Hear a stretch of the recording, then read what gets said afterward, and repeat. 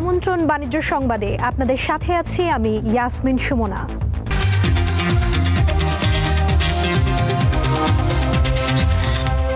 বিদেশি বিনিয়োগকারী ও কর্মীদের জন্য বাংলাদেশ বিনিয়োগ উন্নয়ন কর্তৃপক্ষ বিডার কাছ থেকে কাজ করার অনুমতির বিপরীতে নিরাপত্তা ছাড়পত্রের আবেদন এখন থেকে সম্পূর্ণ অনলাইনে করা যাবে। 1 অক্টোবর থেকে এই সেবা চালু হয়েছে। এখন থেকে বিদেশিরা বিডার ওয়ান স্টপ সার্ভিস পোর্টালের মাধ্যমে সরাসরি অনলাইনে আবেদন জমা দিতে পারবেন।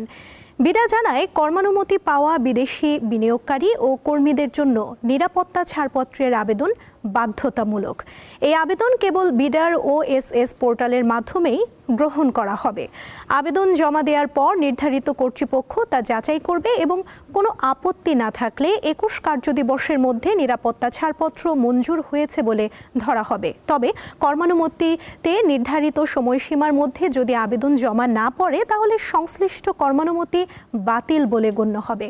গত 2রা সেপ্টেম্বর বিডা কার্যালয়ে এক আন্তঃসংস্থা বৈঠকে এই প্রক্রিয়া চূড়ান্ত করা হয়।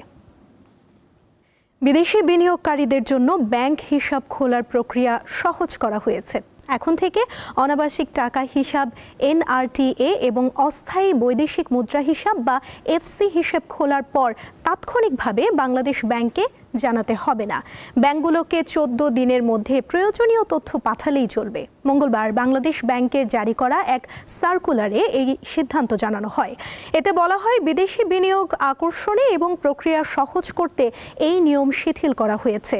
নতুন নিয়ম অনুযায়ী বিদেশি বিনিয়োগের অর্থ স্থানীয় মুদ্রায় রূপান্তর করা যাবে অথবা সর্বোচ্চ 1 বছরের জন্য বৈদেশিক মুদ্রায়ও রাখা যাবে। যদি ওই অর্থ স্থানীয় মুদ্রায় রূপান্তর করা হয় তাহলে বিনিয়োগকারীরা অনলাইনে ফর্ম সি জমা দিতে পারবেন এবং কোম্পানি গঠনের 14 দিনের মধ্যে নির্ধারিত কাগজে সই করতে হবে। চট্টগ্রাম বন্দর কর্তৃপক্ষের নতুন শুল্ক tariff on goods and vessels etcetera for Chittagong port authority 2025 আগামী 14 অক্টোবর রাত 12টা থেকে কার্যকর হচ্ছে। মঙ্গলবার চট্টগ্রাম বন্দরের অর্থ ও হিসাবরক্ষণ বিভাগের প্রধান কর্মকর্তার সই করা এক বিজ্ঞপ্তিতে এই তথ্য জানানো হয়। নতুন শুল্ক অনুযায়ী সবচেয়ে বেশি বৃদ্ধি হয়েছে কন্টেইনার পরিবহন খাতে। প্রতি 20 ফুট কন্টেইনারে মাশুল ধরা হয়েছে 16,243 টাকা, যা আগে ছিল 11,849 টাকা। আমদানি কন্টেইনারে 5,720 টাকা এবং রফতানি কন্টেইনারে 3,045 টাকা বেশি দিতে হবে। এছাড়া প্রতিটি কন্টেইনার ওঠানামার ক্ষেত্রেও প্রায় 3,000 টাকা বাড়তি খরচ যুক্ত হবে। ফলে সামগ্রিকভাবে কন্টেইনার পরিবহনে 25 থেকে 41% পর্যন্ত মাশুল বাড়বে। এর আগে গত 14 সেপ্টেম্বর রাতে জারি করা প্রজ্ঞাপন অনুযায়ী বন্দরের বিভিন্ন সেবা খাতে সর্বোচ্চ 41% পর্যন্ত মাশুল বাড়ানোর ঘোষণা দেওয়া হয়। কিন্তু ব্যবসায়ী ও সংশ্লিষ্ট পক্ষের প্রতিক্রিয়ার মুখে নৌ পরিবহন উপদেষ্টা 20 সেপ্টেম্বর তা 1 মাসের জন্য স্থগিত রাখেন। জাটকা সংরক্ষণ ও মা ইলিশ রক্ষায় 4 অক্টোবর মধ্যরাত থেকে 26 অক্টোবর পর্যন্ত 22 দিন মেঘনা নদীতে সকল ধরনের মাছ শিকার নিষিদ্ধ করেছে সরকার। এই নিষেধাজ্ঞার সময় প্রতিজন জেলে ভিজেএফের চাল পাবেন 25 কেজি করে। তবে বরাদ্দকৃত চাল লুটপাট না করে সঠিক তালিকা তৈরির মাধ্যমে বন্টনের দাবি জানান জেলেরা।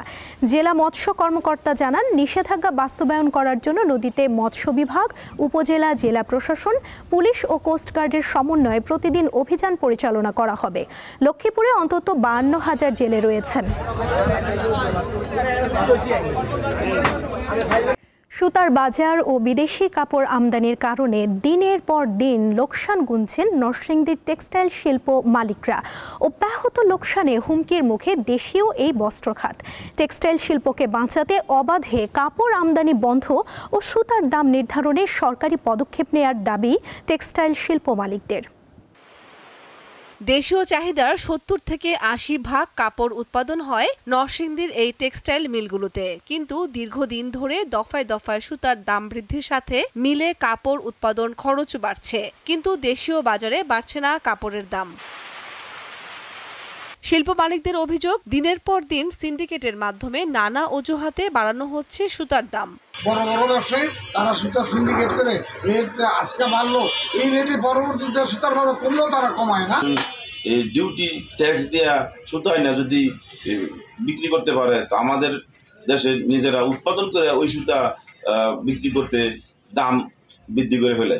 কিন্তু সিন্ডিকেটের অভিযোগ অস্বীকার করে সুতা ব্যবসায়ীরা জানান, আন্তর্জাতিক বাজারে তুলার দাম বৃদ্ধির কারণেই মূলত সুতার দাম ওঠানামা করে। বলতে সিন্ডিকেট বলতে কিছু আছে কি এটা আমার জানা নাই, এটা আসলে আমিও শুনছি সিন্ডিকেট করে। আর যদি সিন্ডিকেট করতে তাহলে সুতার দাম বাড়তো সবসময়, বাইরে আবার কমে খেয়ে। শুধু সুতার দাম বৃদ্ধি নয়, দেশের বাজারে বিদেশি কাপড় আমদানির ফলে অসম প্রতিযোগিতায় টিকতে না পেরে বছরের বেশিরভাগ সময় লোকসান গুনতে হচ্ছে ব্যবসায়ীদের।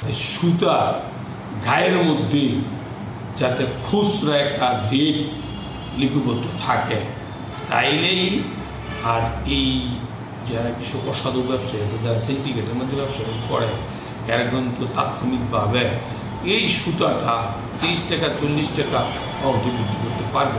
নরসিংদীতে ছোট বড় মিলিয়ে প্রায় ১৫০০ টেক্সটাইল শিল্প কারখানা রয়েছে। দীপ্ত, বার্তাকক্ষ। দুর্গাপূজা ও সাপ্তাহিক মিলিয়ে টানা 4 দিনের ছুটি শুরু হয়েছে বুধবার থেকে। তবে এর মধ্যেও ব্যাংক কার্ড দিয়ে নিরবিচ্ছিন্নভাবে এটিএম বুথ থেকে টাকা তুলতে ও লেনদেন করতে পারবেন গ্রাহকরা। এছাড়া বুথে যেন পর্যাপ্ত টাকা থাকে সেজন্য ব্যবস্থা নিয়েছে ব্যাংকগুলো। শারদীয় দুর্গাপূজা উপলক্ষে এবার 1 ও 2 অক্টোবর ছুটি, এরপর 3 অক্টোবর শুক্রবার এবং 4 অক্টোবর শনিবার সাপ্তাহিক বন্ধ। সব মিলিয়ে 4 দিন দেশের আর্থিক খাতের কার্যক্রম বন্ধ থাকছে। জরুরি প্রয়োজনে আমি যখন আমার প্রয়োজন হচ্ছে তখন আমি এখান থেকে এসে ক্রেডিট কার্ডের বিলটা আমি পে করতে পারছি। যে বুথের মাধ্যমে আমরা টাকাটা উত্তোলন করতে পারছি খুব সহজে, বাংলাদেশের যে প্রান্তে যাচ্ছি বুথের মাধ্যমে টাকাটা উত্তোলন করতে পারছি। তবে এই সময় খোলা থাকছে সব ধরনের ডিজিটাল লেনদেন ব্যবস্থা, অর্থাৎ গ্রাহকেরা তাদের ডেবিট কার্ড দিয়ে এটিএম বুথ থেকে টাকা তুলতে ও লেনদেন করতে পারবেন। সার্বক্ষণিক চালু রয়েছে ইন্টারনেট ব্যাংকিং সেবা, পাশাপাশি বিকাশ, নগদ, রকেটের মতো অন্যান্য মোবাইলে আর্থিক সেবাগুলোও সার্বক্ষণিক চালু আছে। তারা নিরবিচ্ছিন্নভাবে ব্যাংক বন্ধ থাকলে, শাখা বন্ধ থাকলেও এজেন্ট ব্যাংক, পস, এটিএম এবং কিয়স্ক অ্যান্ড টাচ পয়েন্ট এবং শপিং সেন্টার এনিওয়্যার তারা ব্যাংক অ্যাকাউন্টে ব্যবহার করতে পারবে এবং এটার মাধ্যমে তাদের সেবা পেতে পারবে। ছুটির মাঝে গ্রাহকরা যাতে টাকা তুলতে কোনো ধরনের হয়রানির শিকার না হন সেজন্য বুথে পর্যাপ্ত টাকা রাখার ব্যবস্থা নেওয়া হয়েছে। জরুরি যাদের ক্যাশ উত্তোলনের প্রয়োজন রয়েছে তারা যে কোনো এটিএম থেকে তারা টাকা তুলতে পারছেন। সবগুলা ব্যাংকে আমি বিশ্বাস করি যথেষ্ট পরিমাণ ক্যাশ লোডিং তারা তাদের এটিএমগুলোতে রেখেছে। আবার যদি কেউ টাকা জমা দিতে চান তারা সিআরএম পয়েন্ট ব্যবহার করতে পারেন।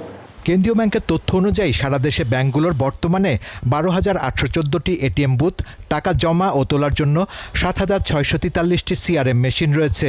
এছাড়া পয়েন্ট অফ সেল বা পিওএস রয়েছে 1,34,327টি। শাহরিয়ার ইমন, দীপ্ত সংবাদ, ঢাকা।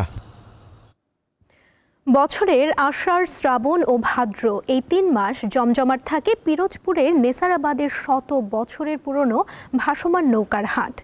কেনাবেচার পাশাপাশি দৃষ্টিনন্দন এই হাট উপভোগ করতে ভিড় করেন অনেকেই। হঠাৎ দেখলে মনে হতে পারে নদীর ঘাটে বেঁধে রাখা হয়েছে সারি সারি নৌকা, কিন্তু এটি কোনো ঘাট নয়, এটি হাট। পিরোজপুরের নেসারাবাদ উপজেলার 8 ঘর এলাকার এই হাটে নৌকা কিনতে ভিড় করেন পিরোজপুরের বাকেরগঞ্জ ও নলছিটি এবং বরিশাল, ঝালকাঠি সহ বিভিন্ন অঞ্চলের মানুষ। বিশেষ করে আমাদের বরিশাল বিভাগের লোকই এখানে প্রায় আসে। তো এই নৌকাগুলো আপনার বিভিন্ন দিকে নিয়ে যায়, তো আপনি কাঁচামাল বেচে, মাছ ধরে, পেয়ারার জন্য নেয়। ওইতে আছে বেচা কিনা। আমি বেশি বইটা পার পিস মনে করেন 100 টাকা, 120 টাকা। বেশ কয়েক কিলোমিটার এলাকা জুড়ে বিস্তৃত ভাসমান এই হাটে শুধু ক্রেতাই নয়, সারি সারি সাজিয়ে রাখা নৌকার দৃষ্টিনন্দন দৃশ্য নজর কাড়ে দেশি বিদেশি পর্যটকদেরও। আমরা ঘুরতে আসি, দেখতে আসি, এবং শুধু আমরা না, আমরা যদিও লোকাল কিন্তু দূর দূরান্ত থেকেও অনেক দর্শনার্থী আসে দেখার জন্য। সপ্তাহের সোম ও শুক্রবার বসে এই হাট। সকাল থেকে দুপুর পর্যন্ত জমজমাট থাকে বেচাকেনা। মূলত সুন্দরী কাঠ দিয়ে তৈরি হয় নৌকাগুলো, তবে কড়াই, চাম্বল ও মেহগনি কাঠের নৌকাও পাওয়া যায় এই হাটে। প্রতি মৌসুমে 15 থেকে 16 কোটি টাকার নৌকার কেনা বেচা হয় বলে জানিয়েছেন কারিগররা। দীপ্ত, বার্তাকক্ষ। এই ছিল এখনকার দীপ্ত বাণিজ্য সংবাদে।